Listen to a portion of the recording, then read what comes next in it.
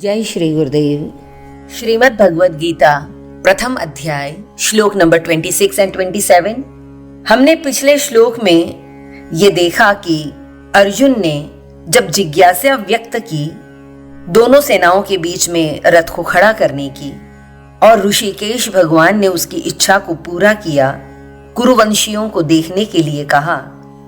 और तब तत्रापश्यत् स्थितान् पार्थ पितॄनथ पितामहान् आचार्यान् मातुलान् भ्रातॄन् पुत्रान् पौत्रान् सखींस्तथा श्वशुरान् सुहृदश्चैव सेनयोरुभयोरपि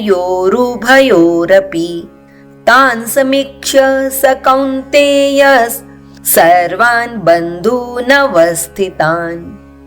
स कौन्तेय कुंती पुत्र जिनको माता कुंती ने युद्ध करने का संदेश दिया था और जिन्होंने भगवान श्री कृष्ण से दोनों सेनाओं के बीच में रथ ले जाने के लिए कहा, उस कुंती पुत्र ने उन सबको देखा और तत्रा पश्यत स्थितान पार्थव। उसके बाद पृथानंदन पार्थ अर्जुन ने देखकर जिन जिन को देखा उनके नाम बताए हैं। पितृनथ पिता के भाई, पितामहान पितामह, आचार्य द्रोणाचार्य, कृपाचार्य, अपने मामाओं को, भाइयों के और अपने पुत्रों को और उनके पुत्रों को, सखींस तथा श्वशुरान सुहृदश्चैव, श्वसुरों को, सुहृदों को, मित्रों को, उन सब को, और उसके अलावा भी वहां कई संबंधी थे। सर्वान बंधून अवस्थितान, जो वहां उनके सारे संबंधी उपस्थित थे उनको देखा।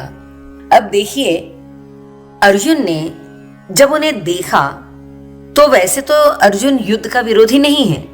यदि अपने ही स्वजन उसके सामने दो भागों में बटे हुए नहीं होते, कोई और होता तो वो युद्ध कर लेता, कुछ मर भी जाते तो उससे फर्क नहीं पड़ता, परंतु अपने लोगों को देखकर वह प्रभावित हो गया।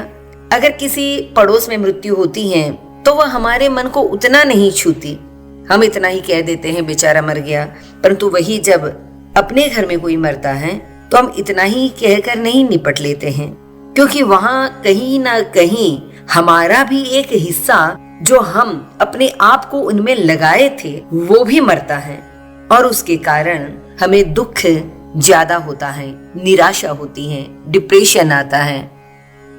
अर्जुन ने यदि युद्ध को व्यर्थ कहा, हिंसा अगर व्यर्थ है ऐसा कहा होता, और यह तभी संभव था जब उसने मृत्यु को मृत्यु की तरह देखा होता, ना कि अपनों की मृत्यु या गैरों की मृत्यु। अपने आप को वहां पर बिना जोड़े यदि मृत्यु को मृत्यु की तरह देखा होता और अगर उसने ये कहा होता कि यह युद्ध व्यर्थ है, हिंसा व्यर्थ है, तब तो शायद गीता की किताब निर्मित ही नहीं होती। भगवान तो शायद आशीर्वाद देते और कहते बस विदा हो जा, बात समाप्त हो गई।